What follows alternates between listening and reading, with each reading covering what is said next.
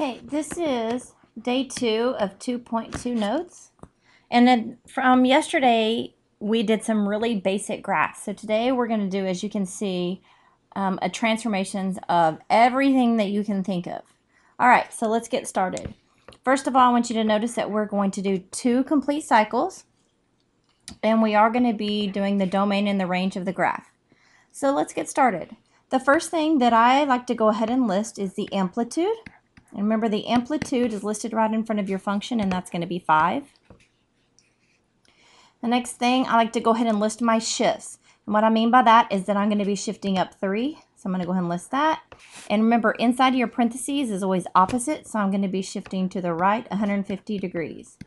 And we are in degrees here. Okay, let's go ahead and find our period.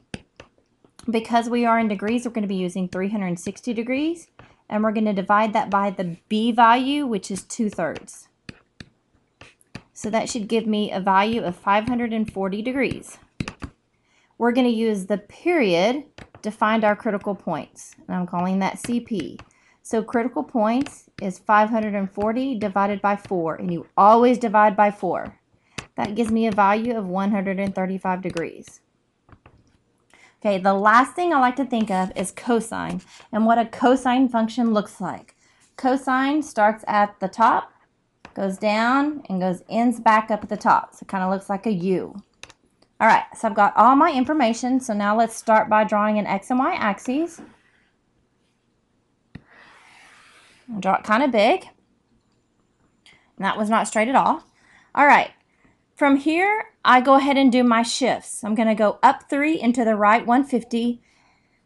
And I just kind of estimate here. So I'm going to go up 3 and say this is my up 3. And then I'm going to go to the right 150 degrees. And again, I don't really go right 150 degrees. I just shift to the right and say that is my 150 degrees. All right?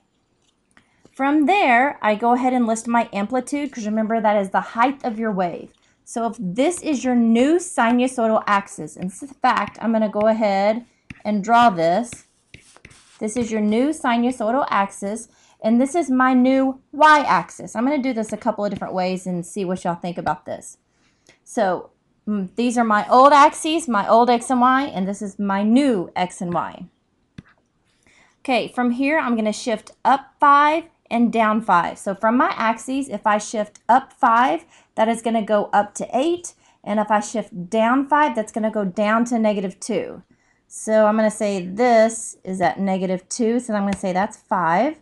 And I'm going to do the same up and say that's about up 5, and that's going to be 8. So I've got my amplitudes listed. Now I'm going to use my critical points. So from 150, I now need to shift over 135 because this is now my starting point. I'm not starting at 0. So from 150, I'm going to add 135 degrees, and that's going to be 285. Okay, and these are in degrees. I'm going to keep adding 135 degrees. This is going to be 420. Keep adding 135 degrees, and that's 555. Okay, now remember, my cosine starts at the top, goes middle, down, middle, and top. So if I'm starting here, this is top, middle, down, middle. One more top is going to finish one cycle. So one more is going to be 690. Okay, so 1, 2, 3, 4, 5 tick marks gives you one cycle. So if I want 2 cycles, this is the top. So I should be able to do from here, do 4 more, and I should be able to end this.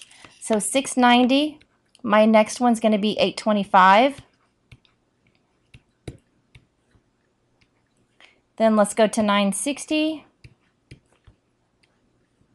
1095. And then my last one should be 1230. That should be my last tick mark. Okay, like I said, we're starting at the top. So this is my new axis. So this is going to be, let's see. I'm going to change colors so you can see what it looks like. So I'm going to go a top, middle, bottom, middle, top, middle, bottom, middle, and top. And I'm connect those. Remember, I'm doing 2 cycles. And try to curve the best that you can.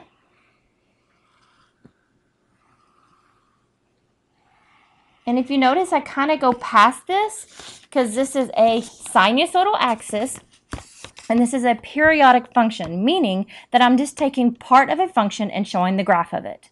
Okay? So I started here and then I ended at the top. This was the first cycle. And then I did another cycle that ended at 1,230. All right, let's go ahead and write our domain and range.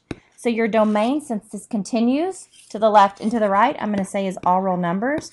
And I'm writing this in interval notation.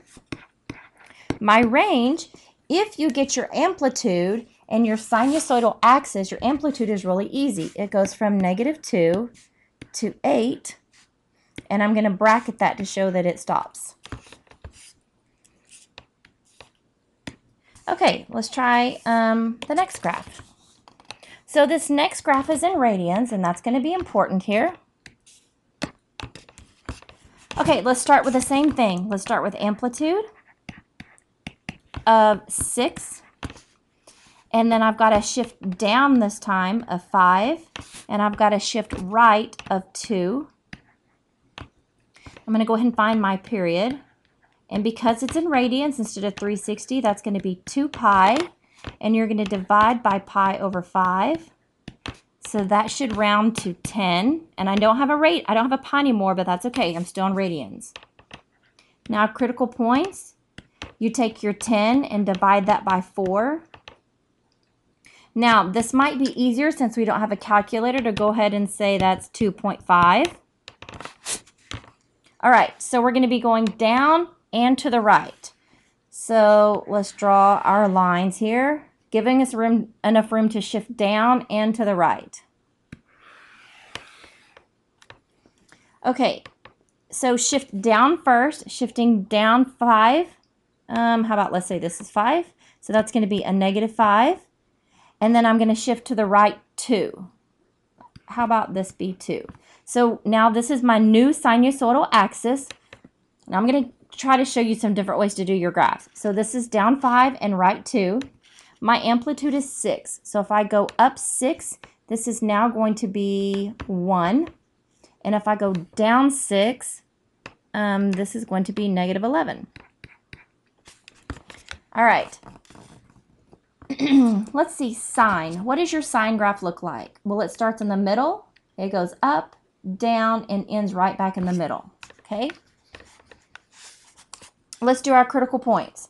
So if this is where we start, remember this is your new axes. And your 5 was your axes this way, your new axes this way. So from here, remember we're doing 8 tip marks. So from 2, here's 1, 2.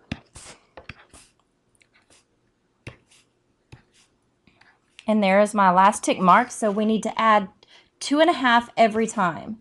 So this is going to be 4.5, 7, 9.5. I'm just adding my decimals here. 12, 14.5, 17, 19.5, and then 22. And these are in radians. All right, so now we've got our amplitude, we've got our new axes, and we've got our starting point. So this starts in the middle. So I'm going to say this is our middle, top. I'm going to change colors again. Sorry about that. Start over, middle, top, middle, bottom, and middle. That is one sine graph right there. Then again, middle, top, middle, bottom, and middle. And there's your second sine graph or your second cycle. Again, I'm going to go a little bit past because I know I've just taken a part of this to show you. So this is periodic. So my domain on all of these is going to be -infinity to infinity. And my range looks like it goes from -11 to 1. And again, you always go small to large when you're doing your domain and range. Okay, let's try number 3.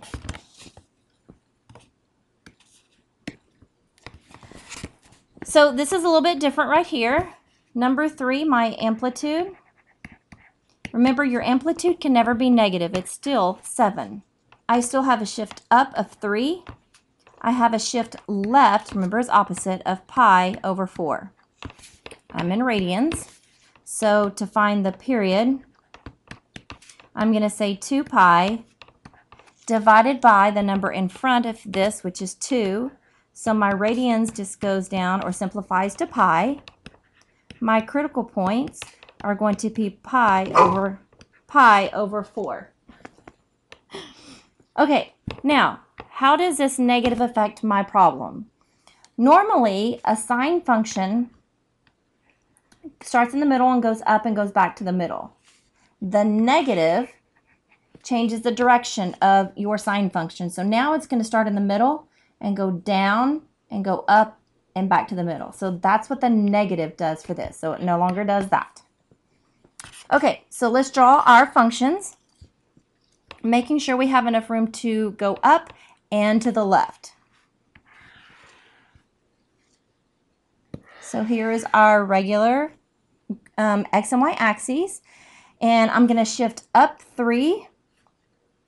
This is my new axes, so that's your sinusoidal axes, and now I've got an amplitude of 7. So if I go up 7, that's going to be 10, and if I go down 7, that should be -4. So let's try to do the same length here. This should be -4. All right, I'm now going to go to the left. So you've got to be careful about this. When you move to the left, pi over 4, my critical points are pi over 4. So if I move here, it is now a negative pi over 4. That's your new axes. Now I'm going to add critical points of pi over 4. So my first one is going to be 0. That's my first one. My next one is going to be pi over 4. After that, pi over 2. And I'm simplifying. You don't have to simplify. The next one should be 3 pi over 4. Then pi, 5 pi over 4. Let's see, 3 pi over 2 would be the next one. And then the last one would be 7 pi over 4. And again, if you don't want to simplify, you do not have to. Okay, so that's 8 points. New sinusoidal axis, and this is my new sinusoidal axis. I'm going to show you just a little bit different way to do this one. I'm not drawing in my new axes, which is totally fine. Okay, remember starting in the middle, going down. So here is my middle. That's my first point. My next point is at the bottom. Then the middle. Then the top. Then the middle. Bottom. Middle. Top. Middle. So my first sign is this function right there. There's one of them. And then my second one. There's my second cycle. Extending it a little bit. There's 2 cycles. Okay. Let's see, domain. Domain still does not change. Still negative infinity to positive infinity. My range is -4 to 10. So the negative flipped the way my graph looked. Okay. I have a negative here again, so that's going to change things. Okay, amplitude. Amplitude is 2, remember, can't have a negative there. I'm going to be shifting up 5. I'm going to be shifting to the right pi, and I am in radians. So let's do a period of 2 pi over 1/4. So that looks like it's going to be 8 pi. My critical points are going to be 8 pi over 4, so that's going to be 2 pi. Okay, So since we're in cosine, remember a regular cosine starts at the top and ends at the top. So a negative cosine is going to start at the bottom and be like a hill. Okay? All right, so I'm going to show you another way to graph. If you've noticed, I've always started at my shift and gone to the right. So now I'm going to do it a little bit different. So I want y'all to start over here and give you plenty of room on the left and the right side. I'm going to shift up 5. So here's my shift up 5. And I'm going to go to the right pi. So here's my right pi. I've got an amplitude of 2. So that means up 7 and down 3. All right. So if I go to the right pi, that's my shift to the right, I've got critical points at 2 pi. That means I've got a critical point at 3 pi. I've got a critical point at 5 pi and 7 pi. This should give me one cycle of my cosine. In fact, I'm going to go ahead and show you that. So we start at the bottom, middle, top, middle. I need one more point. Let me go ahead and put that. And 9 pi. And bottom. Okay, this is going to be one cycle of my cosine. Right, that's a horrible drawing. On the right side. You can continue and do another cycle, which is what I have been doing. But some people like to do a negative cycle. So I'm going to go ahead and show you that you can do a negative cycle. Negative pi. Again, I would go negative 3 pi.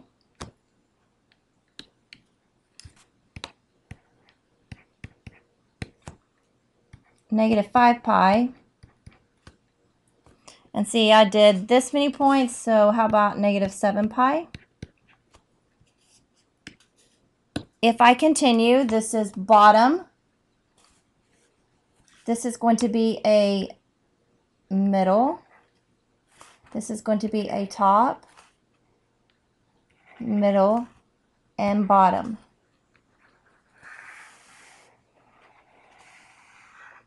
So I have 2 complete cycles, but I still started right here on my pi, shifting over to the right, and I still started at the bottom because it said I needed to start at the bottom here. So I shifted over, and I still shifted up 5. This is my sinusoidal axis right here. Okay, our last one says it's in degrees. So let's try our last one, which is in degrees. So it looks like your amplitude, looks like a normal one, is at 20. You're going to shift down 12, and you're going to shift left 4. Your period in degrees is going to be 360 divided by 30. So that's going to be 12. And your critical points are going to be 12 over 4, so that's going to be 3. You've got a normal cosine, so that's going to be at the top and end right back at the top. Okay, I'm going to do this one just like I did the last one. I'm going to start on the right and then finish on the left. So let's give us some room here. We're going to be shifting down 12. So I'm going to give us a lot of room on the left and a lot on the bottom. Shift down 12. How about right here? My amplitude is 20. So if I go up 20, how about 8? And if I go down 20, I'm going to have to extend that. That's going to be negative 32. Okay, I've got to the left 4. Now you're going to have to be careful on this. So if I go to the left 4, this is going to be negative 4. If I do critical points of 3, so negative 4. If I go to the right 3, then that's going to be negative 1. Add 3 more, that's going to be 2. And these are degrees. So this is my new axes. Move over 1, 2, and I need 3, 4.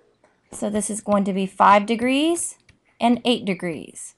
So I'm doing 1 on the positive, and then I'm going to backtrack. So if this is my new axis, okay, regular cosine, let's backtrack and do 1 on the left side as well. So if I backtrack here, then this is going to be negative 7 degrees, negative 10 degrees, negative 13 degrees, and then negative 16 degrees. Now again, I'm just showing you some different ways to do this. All right, so I have to start on my new axes, and it does start at the top. So this is going to be a top. This is going to be a middle right on my 12, and this is going to be bottom, middle, and top. So this is my original one. Okay, now top, middle, bottom, middle, and top. And here is a second cycle that I just happen to put on the left side, which is totally fine as long as you have your original one on your starting axes. All right, let's do our domain. Our domain is negative infinity to infinity, and your range looks like it's negative 32 to 8, and those are bracketed because they stop at that point. Okay, if you've got questions, please ask in class.